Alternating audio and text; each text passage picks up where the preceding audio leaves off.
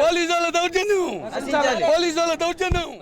మాకు న్యాయం చేయాలి, మాకు న్యాయం చేయాలి. అన్లోడ్ చేస్తుంటే బండి దియమన్నారు. మాకు న్యాయం చేయాలి. వెళ్ళిపోతాం మా బండి కాగితాలు అన్ని ఓకే ఉన్నాయి. మా బండి కాగితాలు అన్ని ఓకే ఉన్నాయి అన్న. బండి పక్కన బండి తాళాలు కూడా దించుకొని వెళ్ళిపోతాం అన్న వచ్చి సరే అన్నారు. దించుకుంటున్నాం. దించుకున్న తర్వాత వచ్చి బండి తీయమన్నారు.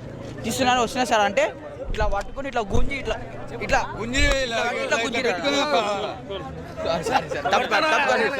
చెప్తారా సార్ అట్లా అట్లా పెట్టి గుంజి లాగిరు. బండి ఎక్కిపించారు అన్న. ఎక్కిపించుకొని తీసుకెళ్ళి ఆడ పెట్టారు. ఆడ నాకు చెప్తామైతే మీకు సిఐ లోపల వెళ్ళి సార్ పోలీస్ స్టేషన్కి వెళ్ళి సార్తో మాట్లాడండి, మాట్లాడిన తర్వాత స్లిప్ ఇస్తారు అన్నారు. స్టేషన్ కాదు, పార్కింగ్లో పెట్టించారు బండి. బండిలో 1,00,000 రూపాయలు సరుకుంది. మాది 1,00,000 రూపాయలు సరుకుంది బండిలో. మొత్తం మేము తెచ్చుకొచ్చిన సరుకు అంతా దాంట్లోనే ఉంది. మా బండిలో 1,00,000 రూపాయలు సరుకుంది దాంట్లో. ఇప్పుడు ఎవరు బాధ్యత? మేము ఒక్కలమే పెడుతున్నాం మా రోడ్డు మీద, ఒక్కలమే పెడుతున్నాం. ఇలా అన్ని షాపులు కదా. చెప్పండి, మేము ఎట్లా బతకాలి? మాకు ఉన్నదే ఇది ఒక పాయింట్. మేము ఎట్లా బతకాలి ఇక్కడ? ఇప్పుడు మేము వాళ్ళు తీసేయమంటే మా పక్కన వాళ్ళు మొత్తం ఇబ్బంది పెడుతున్నారు. వాళ్ళే ఇప్పుడు వెళ్ళి పిఎస్లో కంప్లైంట్ ఇచ్చారు మా మీద. మాకు వ్యాపారం ఎక్కువ జరుగుతుందని వాళ్ళే కంప్లైంట్ ఇచ్చారు. మా పక్కన వ్యాపారస్తులు అందరూ కంప్లైంట్ ఇచ్చారు.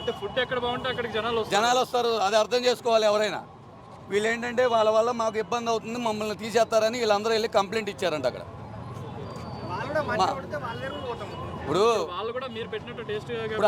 అది వాళ్ళు తెలుసుకోవాలి. అది కాకుండా ఇక్కడ వచ్చి ఫ్లోటింగ్ ఎక్కువ అవుతుందని చెప్పి ఇక్కడ వాళ్ళు వెళ్ళి కంప్లైంట్ చేశారంట అక్కడ. వాళ్ళు వచ్చి ఇప్పుడు మమ్మల్ని పెట్టినట్ల అందరూ అమ్ముకున్నారు. చూడండి మీరు కావాలండి, అందరూ అమ్ముకున్నారు. మా పక్కన వాళ్ళు అందరూ అమ్ముకున్నారు, మమ్మల్నే పెట్టినట్లే ఇక్కడ.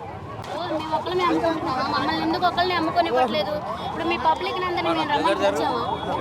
మీ దగ్గర వాళ్ళని మేము అందరం పిలిచామా రమ్మని? మరి ఎందుకు మా ఏరియాలో ఎందుకు కక్ష కడుతున్నారో నాకైతే అర్థం కావట్లేదు. మరి అసలు ఇప్పుడు మాల్ ఇప్పుడు 2 అయిపోతుంది, ఇప్పుడు 2:15 అవుతుంది. ఇప్పుడు అరగంట నుంచి గంట నుంచి 1 గంట కాడి నుంచి ఇప్పుడు వరకు మమ్మల్ని అమ్ముకొనివ్వట్లేదు.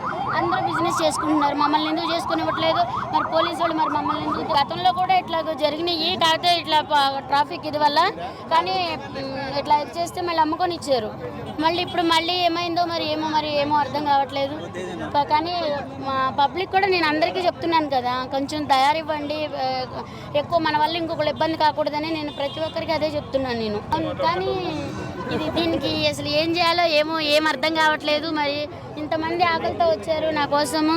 12:40కి వచ్చింది, 12:40 కాడి నుంచి ఇప్పుడు 2 అవుతుంది. ఇప్పుడు వరకు దింపనివ్వట్లేదు, అమ్మనివ్వట్లేదు, అసలు వ్యానే ఆగనివ్వట్లేదు. మరి దింపే వాళ్ళందరూ దింపుకున్నారు, అమ్మే వాళ్ళందరూ అమ్ముకున్నారు. మమ్మల్ని ఎందుకు ఇలా చేస్తున్నారో మాకు ఇవాళ అర్థం కావట్లేదు. ఏమి ఇవ్వలేదు, ఏమి చేయలేదు. అంటే వ్యాను ఆపడానికి వీల్లేదు, దింపడానికి వీల్లేదని చెప్పండి.